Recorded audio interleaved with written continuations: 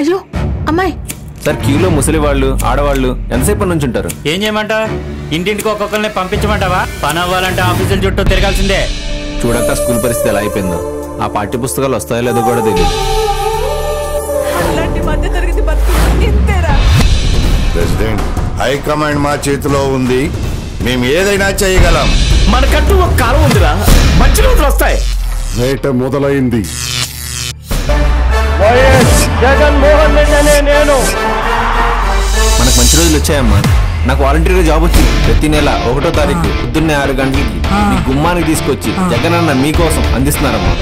జగనన్న పరిపాలనలో ఇల్లు వచ్చిందంటే మన కళ నెరవేరింది నాన్న. మన విద్యా దీవెన ద్వారా చెల్లిని కూడా చాలా బాగా చదివించుకోవచ్చమ్మా. నీకు వైఎస్ఆర్ పెన్షన్ కానుక కూడా వస్తుంది. అలాగే నీకు వాహన మిత్ర ద్వారా జగనన్న సంవత్సరానికి 10,000 రూపాయలు ఇస్తున్నాను నాన్న. మిమ్మల్ని నమ్ముకుని ఓటేసినందుకు మాకంతా మంచి జరిగింది సార్. ప్రభుత్వానికి ప్రజలకు వారధిగా మీ అందరూ చిత్తశుద్ధిగా పనిచేయాలని కోరుకుంటున్నాను.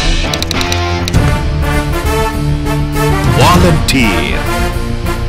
Coming soon in your near theaters.